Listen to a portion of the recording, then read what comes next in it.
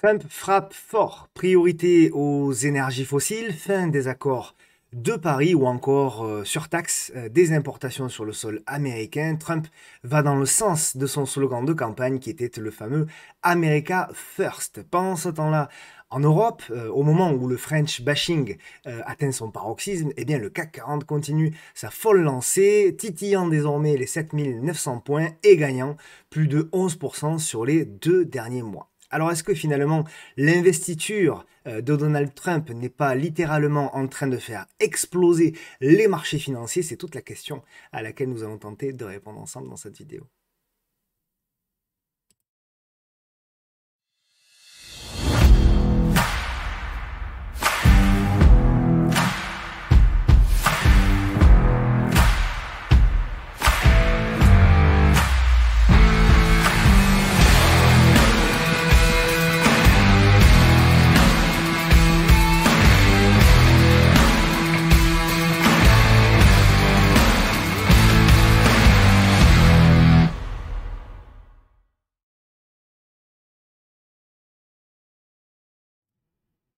Bonjour à toutes et à tous et bienvenue sur votre nouvelle vidéo bourse, trading et investissement qui s'intitulera cette semaine le casse du siècle. Comme d'habitude, le message d'avertissement qui stipule que le contenu de cette vidéo est à unique but pédagogique et informatif. Vous pouvez bien entendu me retrouver sur les différents réseaux sociaux bien sûr l'adresse Tino-bourse ou encore sur le groupe privé Facebook. Je dis privé mais en réalité il est ouvert à tous, et bien entendu la chaîne YouTube sur laquelle vous êtes, où il vous suffit de vous abonner et surtout d'activer la clochette afin de recevoir une notification dès lors que je publie une nouvelle vidéo. Je remercie chaleureusement mes partenaires qui permettent la réalisation de ces contenus 100% gratuits. La semaine prochaine nous partirons sur un format différent, exceptionnellement différent, car je suis absent la semaine prochaine.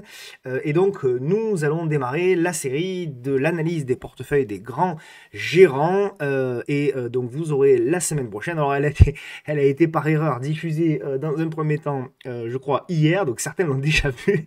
Mais voilà, c'est les joies de YouTube.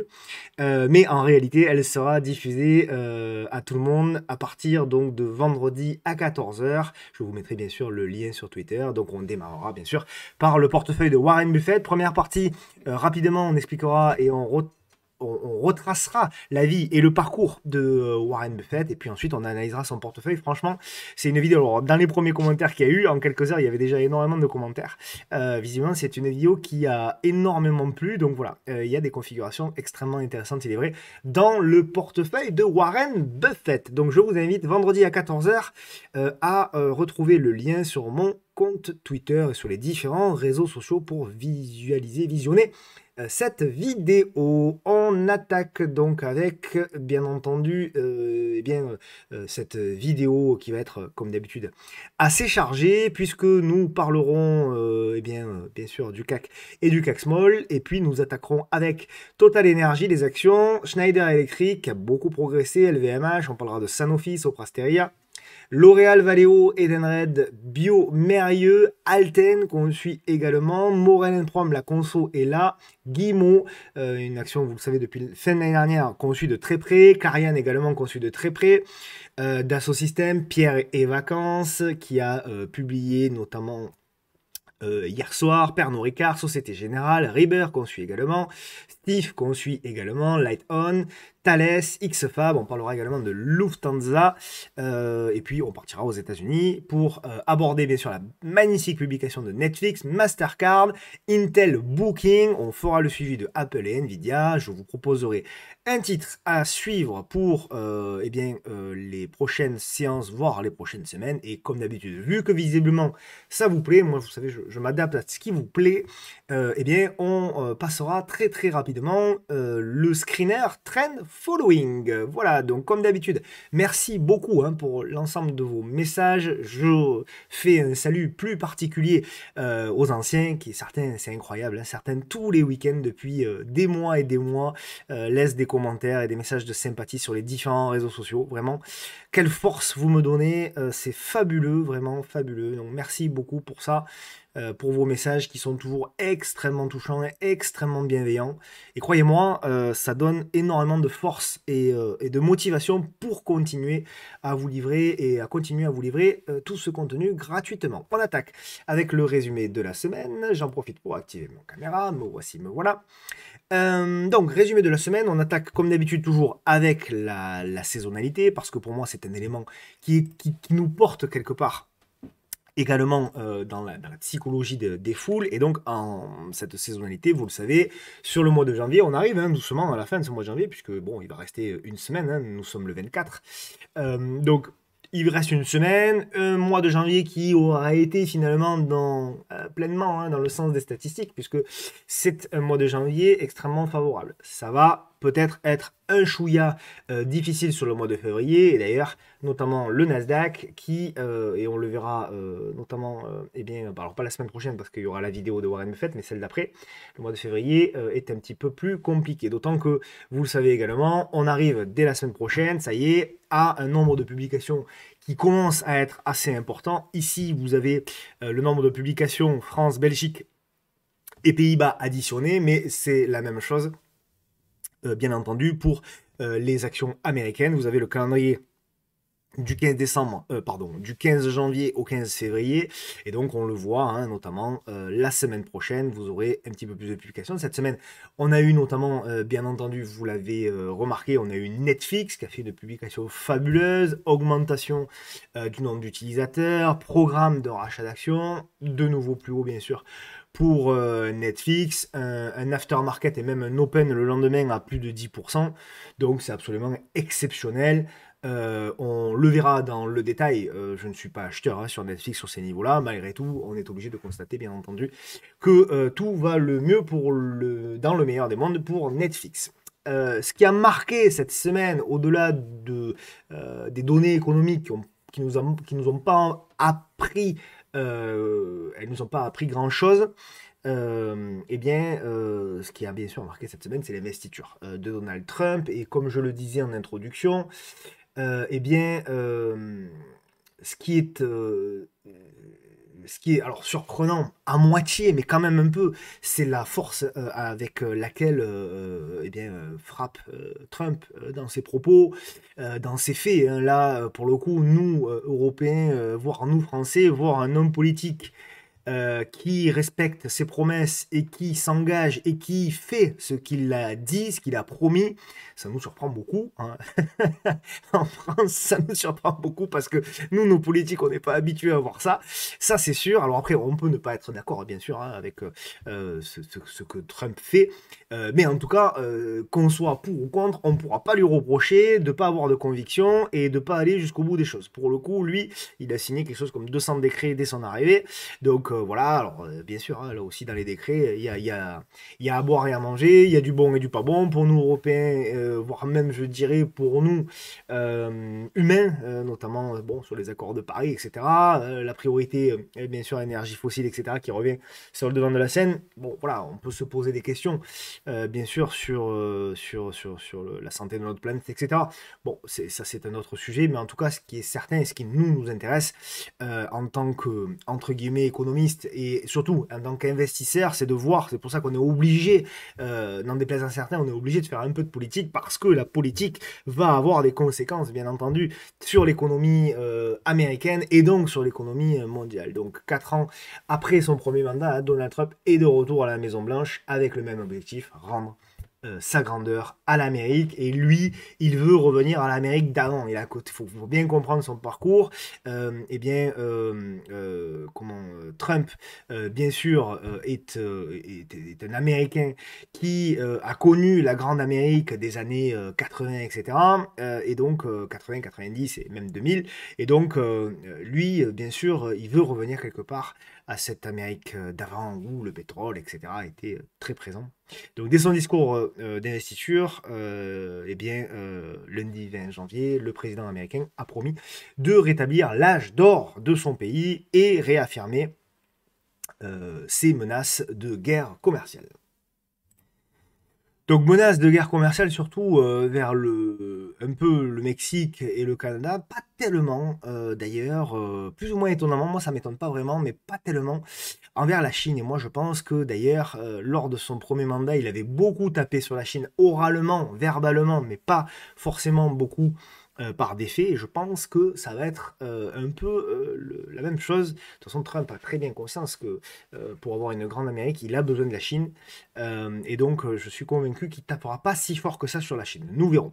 Tout juste investi, Donald Trump a ouvert le front donc, des guerres commerciales en réitérant voilà, ce que je disais dès lundi, sa volonté d'imposer des droits de douane de 25% aux produits venant du Canada et du Mexique dès le 1er février. Pour l'heure, aucun décret n'a été officialisé, mais durant sa campagne, le milliardaire, bien sûr, avait d'ailleurs affirmé qu'il instaurerait rapidement des droits de douane sur tous les prix surtout les produits pardon, en provenance de ces deux pays frontaliers s'ils ne jugeaient pas eh bien l'entrée de drogue et de migrants clandestins, s'ils ne jugulaient pas pardon, l'entrée de drogue et de migrants clandestins aux États-Unis. Donald Trump a par ailleurs placé l'urgence énergétique au cœur de ses priorités. Il a d'ailleurs demandé à l'OPEP de baisser les prix du pétrole, c'est-à-dire augmenter la consommation. Il entend doper l'exploitation des hydrocarbures du pays pour diminuer le coût de l'énergie et lutter contre l'inflation. Le président américain veut accroître la production de pétrole et de gaz pour remplir les réserves stratégiques, qui avaient été d'ailleurs pas mal vidées, et exporter l'énergie américaine dans le monde entier. Donc là, voilà, on a véritablement aussi quelque chose qui est en train de se passer. C'est que le risque, vous savez, il y a deux risques fondamentaux pour moi aujourd'hui qui sont au cœur, si vous voulez, des débats. Le premier risque, c'est la récession. Le deuxième risque, c'est l'inflation. Mais on peut également, l'inflation, si vous voulez, a été gommée un petit peu parce que les banques centrales voilà, ont laissé quand même des taux relativement hauts, en tout cas des taux réels positifs par rapport à l'inflation réelle. Et donc, elles sont arrivées à maîtriser la demande. La crainte que l'on peut avoir, même si la volonté de Trump voilà, de rebousser le pays est énorme, c'est effectivement qu'il engendre de l'inflation. Et cette inflation, c'est toujours la même chose quand vous avez l'inflation. Le risque, c'est que ça se transforme en hyperinflation. Et l'hyperinflation devient ensuite très rapidement incontrôlable. Et une hyperinflation engendre ensuite également une récession extraordinairement puissante. Donc le risque, il est là. Il y a deux risques. C'est ça qu'il va falloir surveiller à l'avenir. Est-ce que tout ça ne va pas quelque part, après le rebond de cette inflation que l'on voit quand même aux États-Unis, du moins on n'arrive plus à descendre, est-ce que Trump ne prend pas un risque là-dessus? Mais lui, je pense que clairement, lui, il va le prendre le risque. Hein. Lui, de toute façon, c'est sa philosophie, c'est croissance coûte que coûte. Donc je pense que lui, il est prêt à prendre ce risque. Au niveau de l'agenda économique, cette semaine, on n'a pas eu grand chose, si ce n'est le PIB annuel, notamment qui a été très intéressant en Chine. Voilà, le discours, donc bien sûr, hein, lundi de Donald Trump, hier également. Donc voilà, aujourd'hui, nous aurons donc bien sûr les PMI manufacturiers en France et nous aurons surtout les PMI manufacturiers et des services aux États-Unis cet après-midi. Donc aujourd'hui, on a effectivement des économistes qui ne croient plus du tout en une récession. Pour moi, c'est trop tôt. Voilà, vous le savez, ce que je pense. Pour le moment, je ne change pas d'avis. Je pense que c'est trop tôt. Je pense qu'on aura un petit peu plus d'éléments plutôt au milieu de l'année 2025. C'est là où véritablement on saura si on a échappé. En termes de timing, c'est là où on saura si on a échappé véritablement à une récession ou pas. Il est encore trop tôt. L'indicateur à suivre, bien entendu, en 2025, vous le savez, c'est l'indicateur du chômage qui, pour le moment, certes, a beaucoup rebondi, mais reste dans des niveaux acceptables avant d'avoir une récession. Ce qui est également intéressant, alors ça c'est plus dans la réflexion, hein, ce graphique que j'ai trouvé, c'est sur les performances du secteur bancaire. Vous avez en noir la performance américaine et en jaune-orange performance européenne. Donc on voit également là aussi que la santé des bancaires n'est pas la même aux États-Unis que celle évidemment en Europe. Toute la question est de savoir, et on l'a vu cette semaine notamment, et notamment ces dernières semaines par rapport au CAC, c'est ce que je dis souvent, c'est ce que je vous dis souvent, et je répète souvent également au salon, c'est que la santé pour moi de l'économie et du CAC est souvent lié à la performance des bancaires. Pour moi, un CAC dont les bancaires sont fortes est pour moi extrêmement positif. On l'a vu également ces dernières séances, les bancaires se sont extrêmement bien comportés au sein du CAC. On avait vu, je crois, Crédit Agricole la semaine dernière, BNP Paribas la semaine d'avant, on verra dans cette vidéo Société Générale, mais globalement, on voit que le secteur bancaire français notamment se comporte pour le moment extrêmement bien, mais voilà, il n'empêche qu'il a énormément de retard sur le secteur américain. D'ailleurs, dans la vidéo de vendredi, vous verrez le portefeuille de Warren Buffett qui est extrêmement exposé, enfin, il est très représenté notamment sur le secteur de la finance et le secteur bancaire, avec des configurations d'ailleurs hyper intéressantes, vous le verrez vendredi. Ce qui est intéressant également dans la réflexion, c'est de regarder un petit peu effectivement la performance en orange des 7 magnifiques, les 7 plus grosses actions américaines, et le reste du marché en bleu qui a progressé, mais l'écart est assez important. Moi, ce que je pense, et on le voit un petit peu ici, on a un petit peu une divergence depuis 2 mois, c'est-à-dire on a plutôt les 7 magnifiques qui consolident, on va dire, dans une espèce de figure, on pourrait le tracer pour les chartistes, une figure de canal descendant, qui pourrait d'ailleurs casser par le haut. Et là, pour le coup, le reste qui a consolidé dans un biseau descendant qu'on pourrait tracer habilement ici, qui a cassé par le haut. Et là, on a une belle performance depuis quelques semaines. Donc, ce que je veux dire par là, c'est que bon, ce qu'on s'explique depuis des mois, hein, c'est que voilà, pour moi, on est au début d'une rotation fortement possible vers notamment pour les actions américaines, des actions qui n'ont pas ou peu ou moins performé, un peu oubliées, et également des flux qui se déportent petit à petit vers l'Europe. On le voit, la surperformance du CAC 40 est absolument exceptionnelle. Je ne parle pas du DAX qui est en exponentiel. Donc on a des flux, voilà, qui sont en train d'être arbitrés petit à petit. Alors, beaucoup vont me dire, mais on ne comprend pas, Tino, ce que tu nous racontes. En gros, la France, ça va pas du tout. L'économie, ça va pas. La politique, ça va pas, etc. Et pour autant, pourquoi quelque part,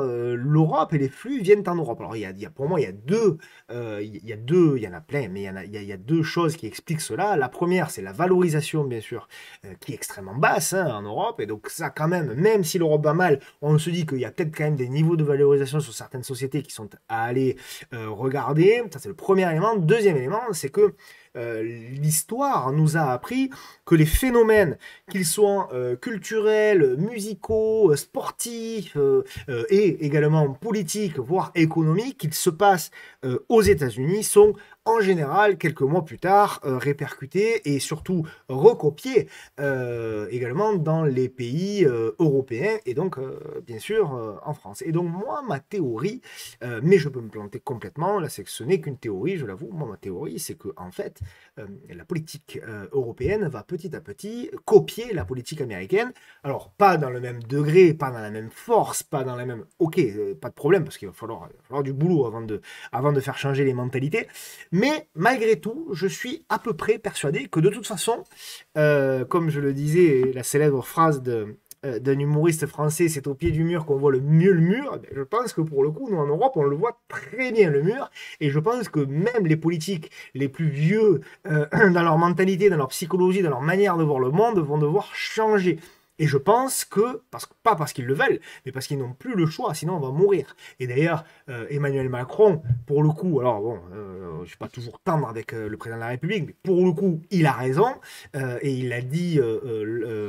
alors, je ne sais plus à quel endroit, mais il y a quelques jours, il a dit il va falloir que l'Europe voilà, s'unisse et fasse front face effectivement à cette politique américaine et quelque part se bouge, quoi. Voilà. Et je pense que ça, c'est quelque chose que le marché va petit à petit pricer et peut-être que le marché va se dire qu'il va falloir effectivement taper du poing sur la table, taper fort comme Trump l'a fait, avec des mesures pro-européennes, avec des mesures patriotes, pourquoi pas, européennes, mais également française, hein, pour nous, voilà, il va falloir faire des économies sur certaines choses, il va falloir, et ça peut profiter.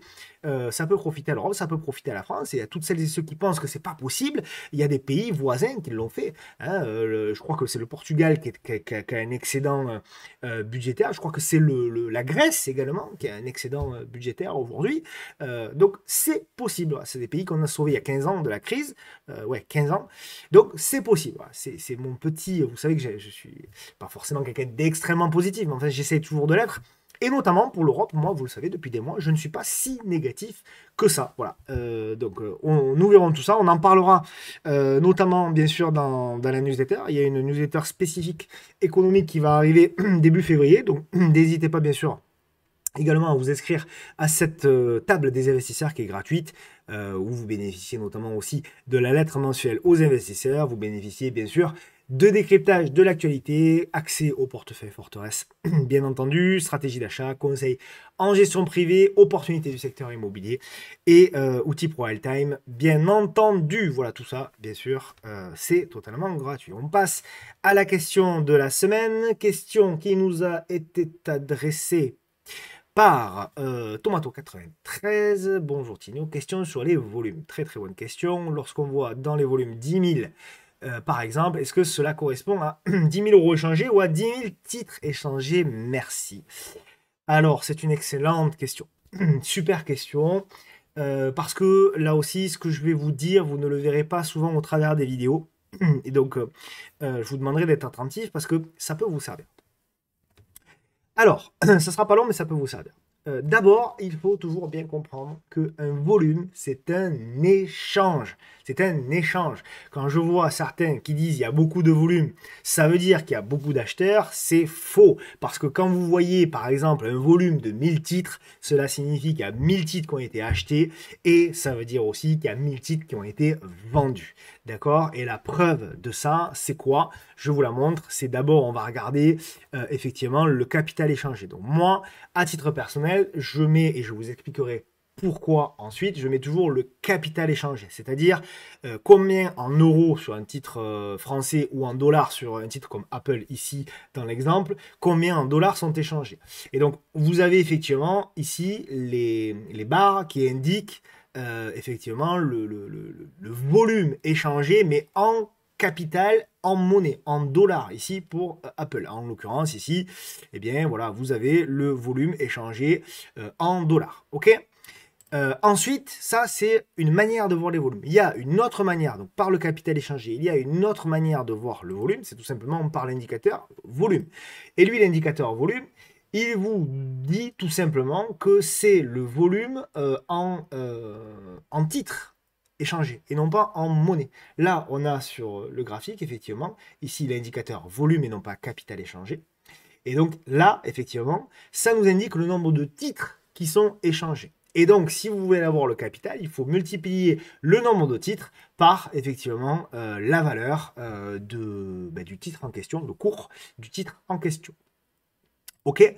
Mais, ce qui est extrêmement intéressant de comprendre et primordial de comprendre, c'est que lorsque vous mettez ici le capital échangé et ici le nombre de titres échangés, donc le volume, vous savez exactement les mêmes indicateurs. C'est juste évidemment comment dirais-je, le nombre qui change. Mais vous avez exactement les mêmes graphiques. D'accord? Donc, moi, à titre personnel, donc j'utilise le capital échangé. Pourquoi? Parce que pour moi, au-delà des volumes, il m'indique également le montant échangé en euros ou potentiellement en dollars. Donc j'ai finalement un détail supplémentaire qui me permet notamment de voir si c'est un titre illiquide, s'il y a suffisamment dans le carnet d'ordre pour pouvoir ne pas regarder justement ce carnet d'ordre, etc., etc. Donc c'est pour ça que moi, sur mes graphiques, vous verrez toujours le capital échangé et non le volume. Parce que pour moi, lorsque eh bien, le volume est important ou il est faible, on voit exactement la même chose sur les deux, sur les deux indicateurs. Mais en revanche, ce qui est extrêmement intéressant, c'est qu'avec le capital échangé, vous avez le montant en euros. Vous n'êtes pas obligé de faire la conversion. Nombre de titres multiplié par le cours pour avoir le capital échangé. Voilà un petit peu, donc c'est une réponse relativement rapide mais extrêmement importante parce qu'il y a beaucoup d'erreurs qui sont faites par des débutants et même pas que des débutants.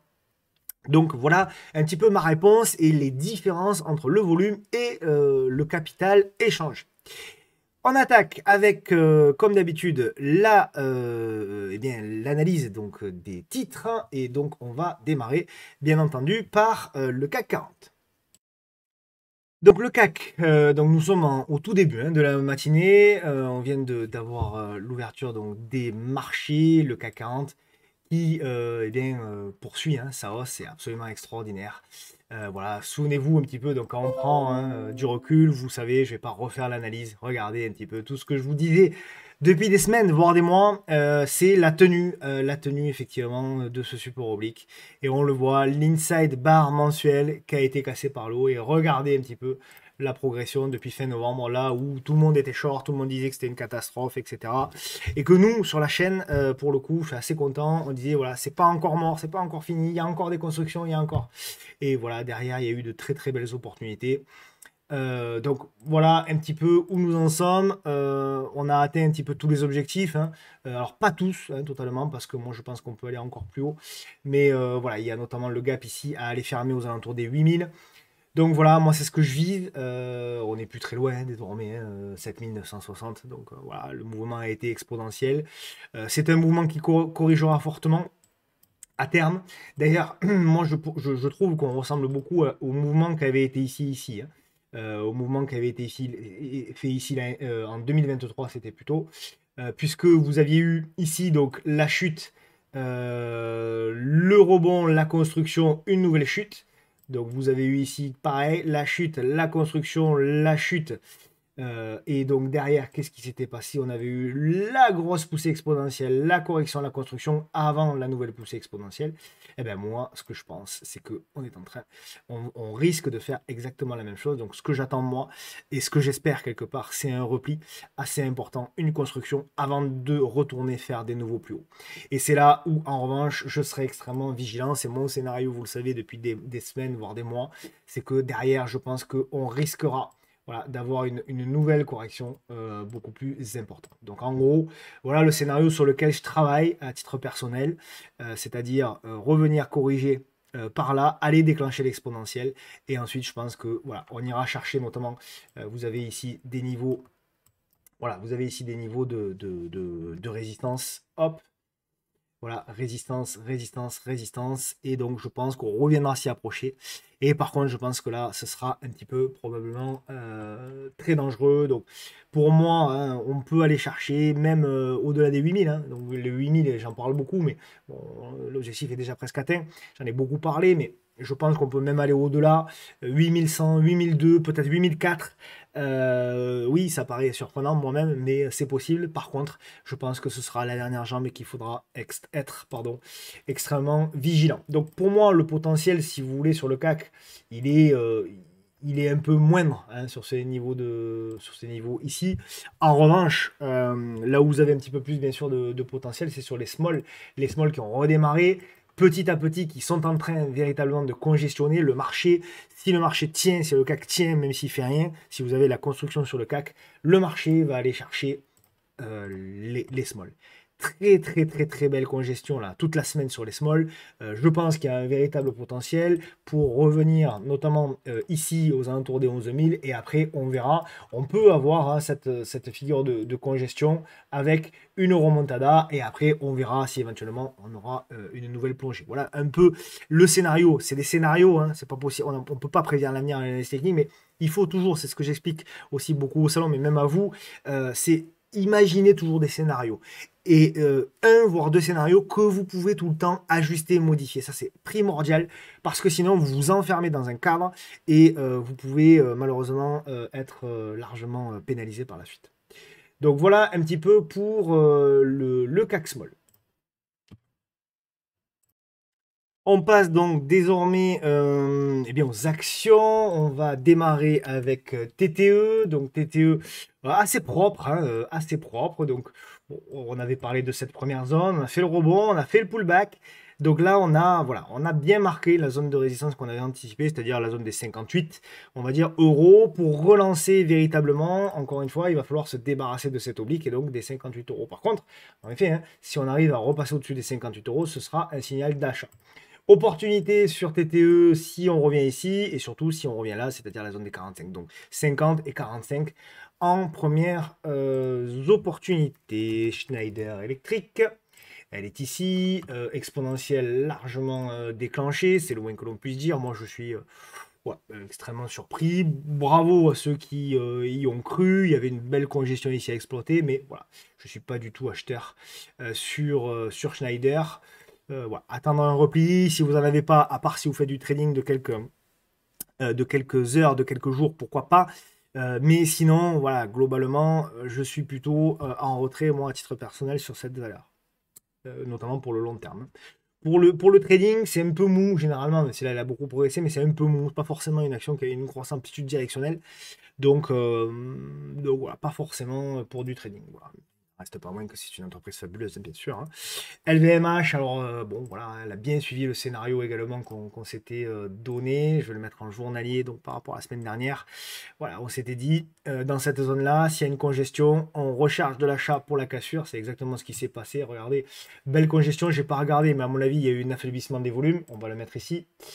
Affaiblissement des volumes. Est-ce qu'il y a eu un affaiblissement? Oui, il y a eu un petit affaiblissement des volumes. En effet, regardez les trois barres de volume plus petites ici. On a eu la cassure, donc magnifique.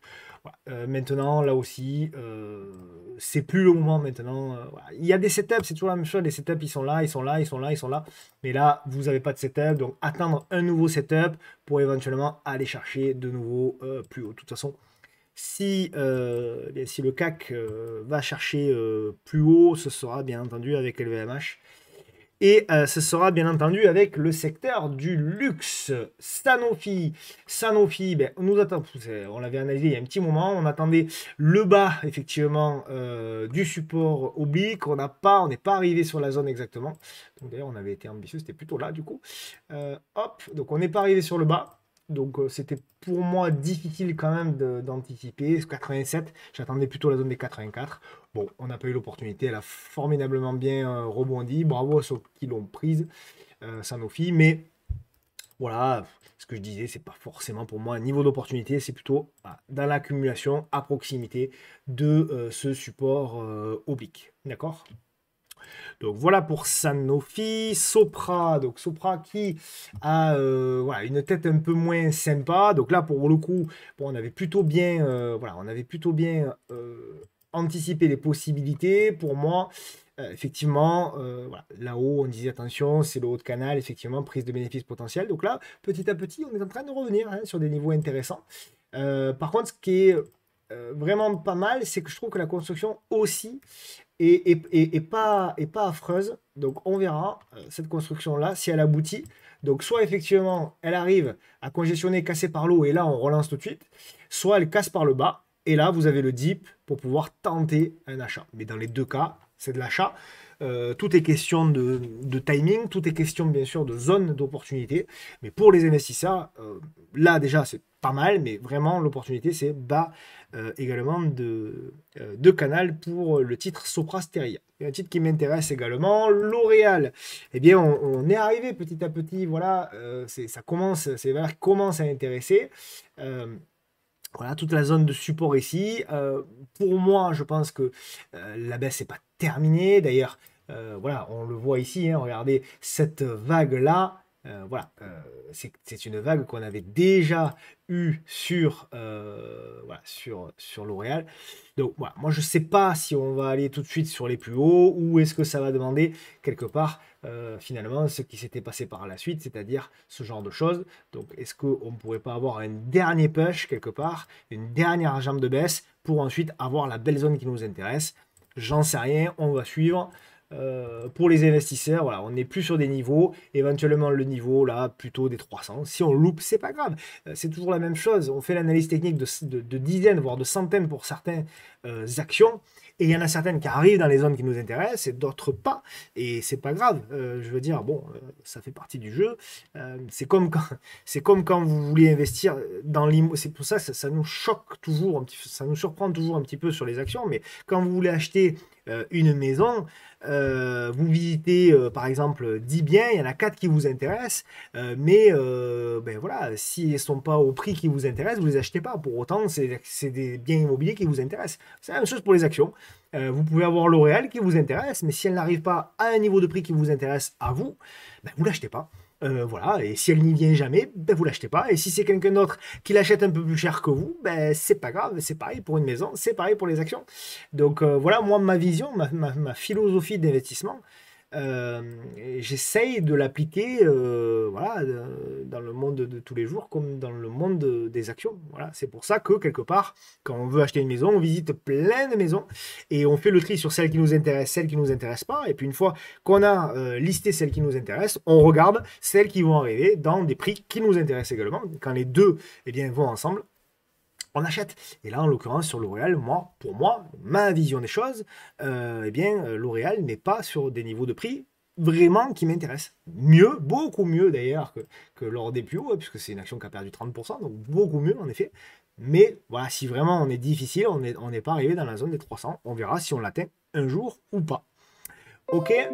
Valeo qui s'est également bien reprise. Alors nous, on a un petit trade sur le salon. Donc nous, effectivement, donc il y avait la grosse zone de support. Si on lâche, par contre, attention, gros danger.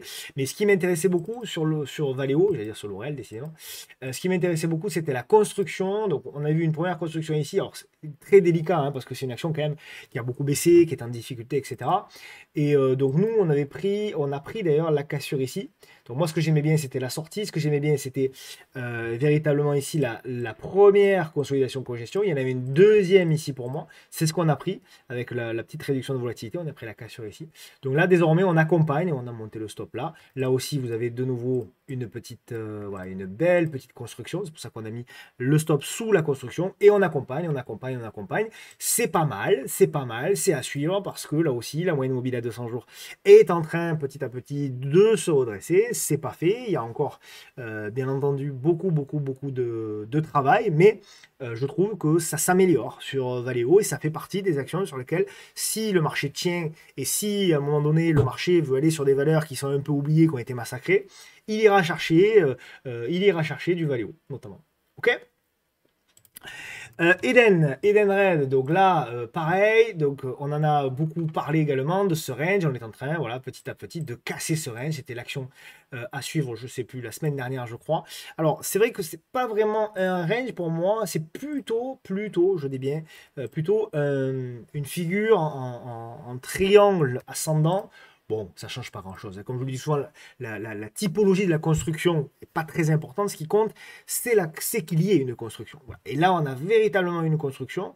Donc nous sommes également actionnaires. On a pris la cassure ici des 31,75. On verra si on peut remonter le stop. Donc l'objectif, c'est d'aller chercher le complément du gap. Et après, effectivement, on verra si on peut aller un petit peu plus loin. Biomérieux est une entreprise que j'aime beaucoup. Voilà, là aussi, vous avez alors je sais plus si c'était sur le salon, on avait parlé de la cassure. Il y avait un double top, triple top, pardon. Ici, magnifique, au-dessus des 108. Derrière, on continue la progression.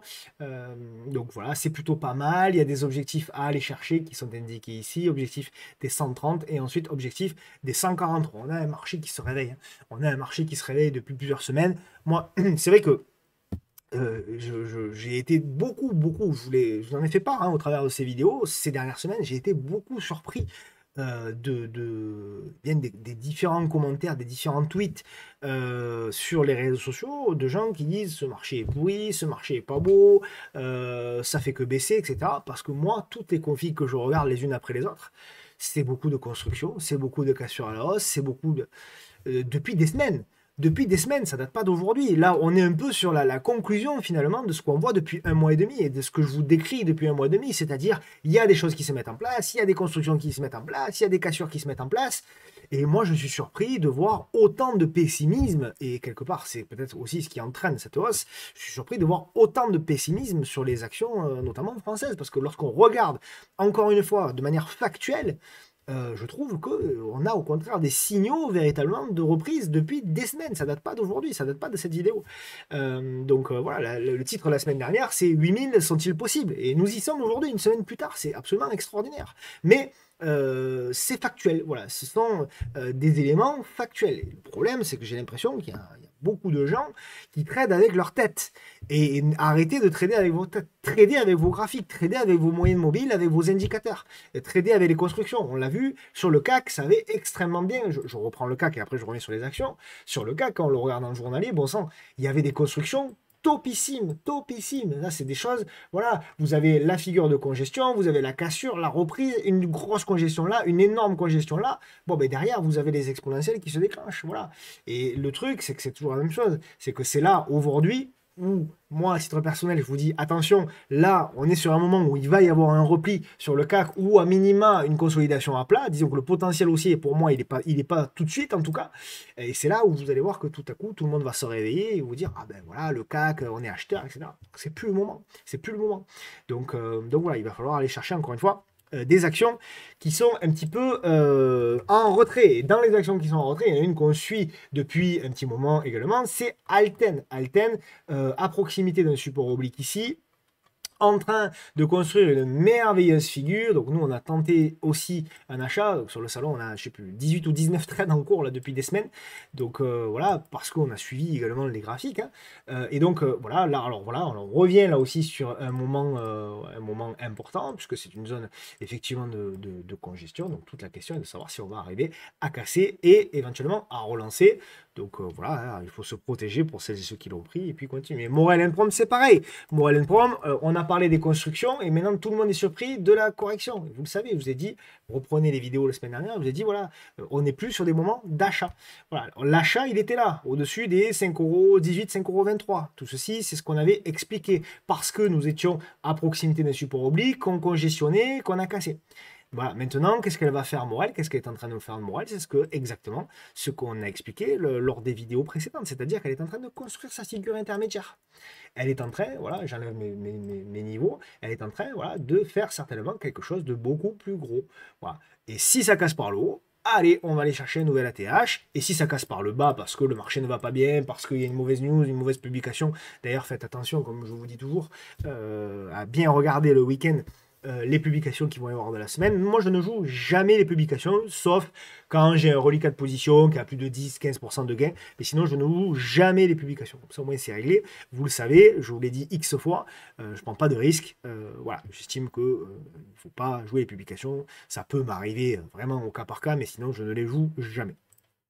Guillemot, donc pareil, une construction qu'on regarde de très très près et c'est en train, voilà, on en a beaucoup parlé, on parlait de cette congestion ici à la fin de l'année, on l'a cassé par le haut, on construit et là de nouveau on est en train de jouer à casser le support, pardon, la résistance horizontale. Donc voilà, toute la question désormais est de voir, et là c'est pareil, si vous avez une construction, une congestion, buy pour aller chercher effectivement au moins les 9 € dans un premier temps, voire 9,50 € dans un second.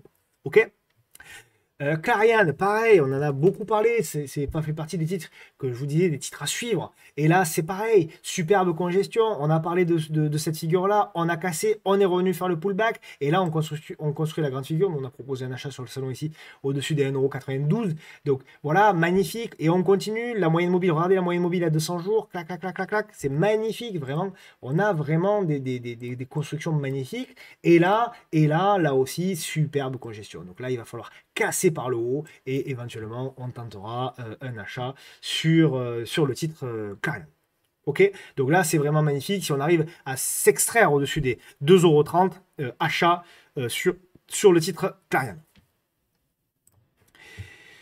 Dassault Systèmes, donc DSY, c'est la même chose, toujours la même chose. Voilà, là aussi, vous aviez eu le scénario. On tradait cette cassure, pullback, nouvelle congestion, et derrière, on repart. Donc bon, voilà, on a fait le suivi depuis un petit moment. Pour moi, j'avais comme premier objectif ici, revenir dans la zone ici des 36,50 €. Bon, on n'est plus très loin maintenant. Donc voilà, l'achat, il avait été proposé, vous pouvez le reprendre dans la vidéo du vendredi 22 novembre. Voilà, pour le moment, ben, c'est quand même un gain pas mal, hein, puisque c'est quand même un gain jusqu'à 12% pour Dassault Systèmes. Donc c'est vraiment pas mal. Ce que j'espère maintenant sur Dassault Systèmes, c'est pour vraiment valider la continuation, c'est désormais venir fabriquer une ta séance et là, breaker et repasser au-dessus des 37 € pour ensuite faire de la continuation. Mais pour le moment, j'ai rien de plus à dire. VAC, donc Pierre Vacances, là, bien sûr, elle a bien progressé également. On parlait de ce range, on l'a cassé, on fait le pullback aujourd'hui. Il y a eu la publication. Donc voilà, c'était une action à suivre. Et dans la newsletter que je vous ai envoyé, je crois que c'est mardi, je vous ai parlé de Pierre et Vacances et je vous avais dit, voilà, achat, avec, il y a le plan hein, d'ailleurs dans la newsletter, achat si on fait une clôture hebdomadaire après les publications au-dessus des 1,52 €. Donc pour moi, c'est pas encore mort sur Pierre et Vacances et je dirais même que c'est plutôt pas mal si on arrive à tenir donc cette zone des 1,45 €. Donc titre à suivre de près parce que là, on peut très bien avoir la mise en place d'une congestion ici. C'est exactement ce qu'on avait tracé là il y a quelques temps. Avant ensuite la cassure et le retour, pourquoi pas, vers les 1,85 €. On est venu tout simplement, dans un premier temps, bloquer sur une belle zone d'objectif qui était là. C'est la raison pour laquelle moi, hier, à vrai dire avant-hier, j'en avais un petit peu, je suis sorti. Je pensais que les résultats étaient hier matin, à vrai dire, ils étaient hier soir. Voilà, résultat qui n'était pas si mal que ça d'ailleurs, la sanction est un peu forte, donc ça peut être aussi une opportunité si éventuellement on arrive à clôturer au-dessus des 1,52 €, on n'est pas très loin au moment où on se parle, donc on verra éventuellement les zones d'invalidation, je ne sais plus où je vous les avais mises, mais bon, vous pouvez reprendre la newsletter, elles y sont. Pernod Ricard, pareil. Là, moi, je commence véritablement à avoir un avis positif sur Pernod Ricard pour une raison simple. Déjà, parce qu'on est sur une zone, voilà, on est sur une première zone d'opportunité qui est là, qui est ici. Donc, pour moi, effectivement, la zone des 111, on est à 108 aujourd'hui. Donc, pour moi, c'est une zone d'opportunité. La seconde, pour les investisseurs, elle sera aux alentours des 80. On a véritablement une construction. Regardez la réduction de volatilité, c'est extrêmement intéressant. On a également voilà, un passage, donc hop, j'efface tout ça, c'est extrêmement intéressant avec, regardez, la figure qui est en train de se construire. C'est magnifique sur Pernod Ricard, petit signal. Donc voilà, vraiment très très intéressant. Pernod Ricard, il va falloir continuer à le suivre. Tout ceci sera invalidé, bien entendu, si on repasse sous la zone des 100, 101. Société Générale, elle aussi extrêmement forte. Pour moi, on a passé une grosse zone de résistance. Donc voilà, on rentre d'ailleurs dans le gap, et pourquoi pas maintenant aller chercher l'objectif ici. Donc voilà, extrêmement intéressant, c'est plus une zone pour moi, pour les investisseurs. La zone d'investisseurs, elle était là, on l'avait touchée au mois d'août l'année dernière, et ceux qui en ont profité, je n'en fais pas partie, profitent désormais d'une hausse de 55% sur le titre. Donc vraiment, les bancaires qui sont extrêmement forte. Ribber, titre qu'on suivait, qui a fait l'exponentiel, et je vous ai dit, là aussi, attention, il y a des forts volumes, c'est plus le moment d'y revenir, donc on a eu effectivement la chute. Il y a eu un rebond magnifique d'ailleurs. Bon, là, c'est plus pour les traders, mais on n'a pas la construction encore. Vous voyez, il y a beaucoup de volatilité, beaucoup de zigzags. Tout ça, il faut laisser mûrir. Laisser mûrir. Je ne sais pas du tout la figure à quoi elle va ressembler. Est-ce que ça va être un triangle comme ça, avec comme ça? Est-ce que ça va être un range? Est-ce que ça va être un biseau descendant? Ça, je ne peux pas le savoir. Il est beaucoup trop tôt. Mais voilà, on va avoir une figure qui va se tracer. Donc, laissez mûrir tout ça. Ok, laissez mûrir tout ça. On aura le temps, j'y reviendrai s'il y a effectivement une figure qui se mûrit et si on a quelque chose d'intéressant. On l'avait, ce quelque chose d'intéressant là-dedans. Vous voyez? Et donc, moi, ce que j'aimerais beaucoup, c'est qu'on ait voilà, quelque chose qui ressemble beaucoup à ça. Voilà. Et c'est exactement dupliquer ce qu'on veut là. D'accord? On veut la même chose. Ok? C'est des patterns qui se répètent, qui se répètent, qui se répètent. Alors, il faut vraiment, je dis méthode. On applique la méthode. On n'a pas de point d'entrée, on n'entre pas. D'accord? Pour autant, je suis bullish sur Ribber, etc. Mais pas de point d'entrée, je ne rentre plus. Voilà, on sort quand il y a beaucoup de volume, on rentre quand il n'y en a plus. Et quand il y a des réductions de volatilité. Ok? Light on. Alors, Light on, là, c'est une valeur. Alors, moi, bon, fondamentalement, je passe mon chemin. Mais là aussi, par contre, ça n'empêche pas de spéculer. Et là aussi, hyper intéressant, voilà, on les a. Voilà, c'est superbe. Les constructions, elles sont superbes. Regardez ça, c'est magnifique. Et là aussi, qu'est-ce que l'on a? Qu'est-ce que l'on avait donc sur le titre? On avait des doubles et triples tops. Regardez ça un peu, c'est superbe. Voilà.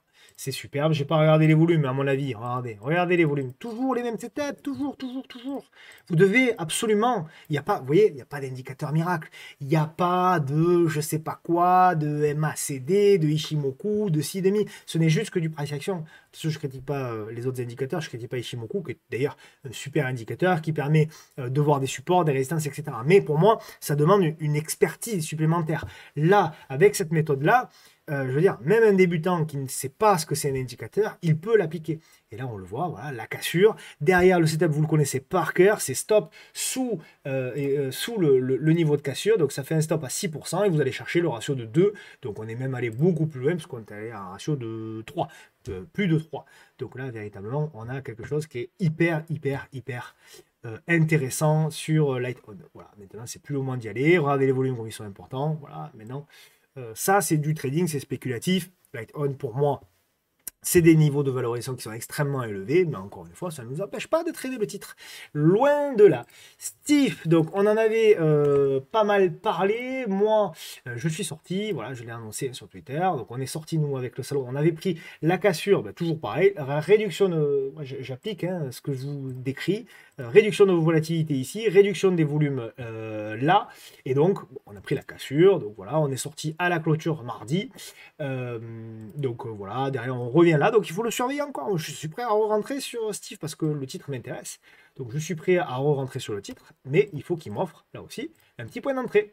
Petit point d'entrée sympa, donc on verra, hop, j'efface tout ça. On verra si le titre m'offre effectivement une petite réduction de volatilité, voilà, et réduction des volumes. Et ensuite, on tentera un achat pour aller chercher des nouveaux plus hauts, pour aller chercher les 30 € 40, etc. J'ai inversé d'ailleurs, j'ai fait Light On en premier et Steve en second, mais c'était l'inverse, peu importe. Thales, je suis pas acheteur sur Thales et je vais vous expliquer pourquoi. Ça n'enlève rien à la qualité du titre, ça n'enlève rien à... voilà, mais moi, il y a deux choses qui me gênent sur Thales. La première, c'est qu'on est sur des niveaux, alors oui, elle peut continuer de monter, etc. On est sur des niveaux, voilà, pour moi, de long terme, champ mensuel de résistance. Et la deuxième chose, c'est que je pense que Trump va tout faire pour arrêter les guerres. Et je pense que, potentiellement, ça peut jouer des tours à Thales. Pour autant, si je suis complètement honnête, complètement transparent, oui, on a plutôt une figure de continuation. Voilà. On a plutôt une figure de continuation sur Thales, donc on peut aller faire un nouveau plus haut. Par contre, à chaque nouveau plus haut, attention, vous risquez le retournement. Donc pour les traders, on vise la cassure des plus hauts, mais à chaque nouveau plus haut, on se protège, on monte les stops parce que pour moi, c'est une valeur qui risque d'avoir un retournement à un moment donné ou à un autre. Ça n'enlève rien, encore une fois, à sa valeur. XFAB, on est en train petit à petit de déclencher les signaux. Voilà, petit à petit, c'est intéressant. Là, hop, donc la figure, elle ne ressemble pas à ce que j'espérais. Mais par contre, petit à petit, voilà, là aussi, on a des figures petit à petit qui sont en train de s'affiner. Hop, donc on pourrait avoir voilà, une espèce de figure comme ça, un triangle, j'en sais rien, peu importe, on s'en fiche. Mais en tout cas, on a une belle congestion, une épaule, tête et épaule, une tasse avec anse. Il y a autant de bouquins que de configurations techniques, mais on s'en fout, encore une fois. D'ailleurs, en général, ceux qui appliquent et qui ont une théorie parfaite des choses en trading, en général, sont des mauvais traders, parce que le trading, c'est pas aussi parfait, et l'analyse technique, c'est pas aussi parfait que ce qu'on lit dans les livres, donc des fois, il faut voir les choses de manière un peu plus grossière. C'est plutôt l'idée psychologique et l'idée de la psychologie des foules qu'il faut arriver à déterminer plus qu'autre chose. Bref, en tout cas, ce qui est intéressant là aussi, c'est qu'on commence à avoir une réduction des volumes et dans une belle congestion. Donc, XFAB fait partie, en effet, des titres qu'il va falloir suivre dans les prochaines séances. Lufthansa, donc c'est en Allemagne, donc on en a parlé, en effet, intéressant, en effet, puisque, voilà, on est sur un niveau je l'avais analysé, je ne sais plus trop quand, celle-ci, bon, peu importe. En tout cas, ce qui était intéressant, c'était effectivement le retour dans une zone, dans une zone clé.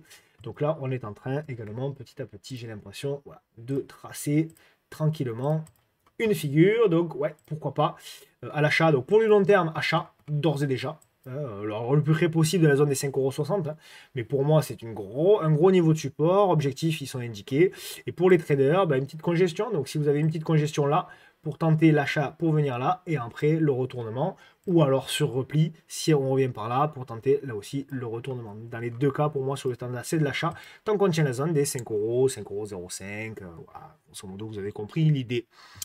Nous passons aux actions américaines avec Netflix. D'abord, bon, Netflix, il n'y a pas grand-chose à dire, c'est l'exponentiel. Donc tout va très très bien. Là aussi, voilà, le scénario qu'on avait espéré, c'est-à-dire un repli à proximité de l'oblique, il n'a jamais eu lieu. Voilà, malheureusement. Donc voilà, magnifique, nouveau plus haut pour Netflix. Je ne suis pas acheteur sur Netflix. Voilà. Pour moi, il faut attendre un repli pour une continuation. Voilà. Ce que je vous disais là, je l'applique un petit peu plus haut. On ne l'a pas eu là-haut, on ne l'a pas eu plutôt en bas, on l'aura peut-être là-haut, on s'en fiche. Mais voilà, on espère, nous ce qu'on espère, c'est que tout ce mouvement consolide pour aller chercher après de nouveaux plus hauts. Ok? Mais il n'empêche que c'est un titre voilà, qui magnifique, ça a bien progressé. Il y a un rachat d'action qui va porter également, qui va soutenir le titre. Donc tout va très bien dans le meilleur des mondes. Mastercard, on a fait Visa la semaine dernière de mémoire, mais Mastercard, c'est la copie conforme. Donc Mastercard, pour moi, je ne suis pas à l'achat sur le titre, parce que pour moi, nous sommes en effet dans un canal haussier. Canal haussier, on est plutôt vers le haut. Alors vous allez me dire, oui, mais on est en train de le casser, donc potentiellement on peut aller plus haut. Oui, on peut aller plus haut, bien entendu. Mais je considère que pour un achat long terme, c'est plutôt à proximité voilà, du bas de canal. C'est rare, hein, depuis 2016, il n'y a eu que 4 opportunités, ça fait peu, ça fait une en moyenne tous les 2 ans, mais il y en aura une à un moment donné ou un autre, il y aura une opportunité d'acheter à proximité du bas de canal sur Mastercard. Donc pour le moment, je préfère à titre personnel continuer de patienter.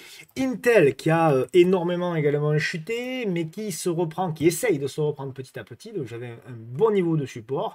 Pourquoi pas le double appui qui est en train de jouer. Je suis en mensuel. Je vais zoomer en unité de temps désormais journalière. Hop là, j'efface un peu tous mes trucs parce que du coup, on l'avait analysé il y a un petit moment. Hop.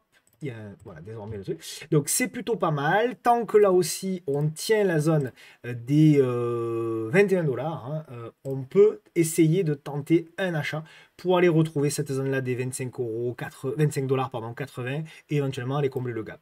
Donc voilà, tout ceci est invalidé pour les court-termistes si on repasse sous les 20 $, et pour les moyens-termistes, tout ceci est invalidé si on repasse sous les 18 $, pour être un petit peu plus large, hein, 17,75 $, 17,60 $.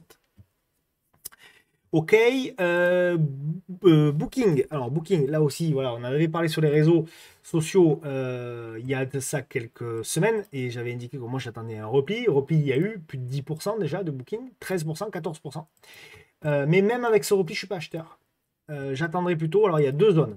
Il y a deux zones d'opportunité. Pour les plus agressifs, au moins à proximité de ce support oblique à pointillé, mais sinon plus bas. Donc voilà, Booking est une action qui peut perdre, on l'a vu par le passé, hein, qui est capable de perdre plus de 40%. Donc voilà, est-ce que ça va se faire? J'en sais rien. Mais en tout cas, voilà, perdre 40%, c'est pas quelque chose qui est impossible et ça peut se faire dans le temps. Là aussi, il faut bien avoir conscience que ce mouvement-là peut mettre du temps à corriger avant de repartir.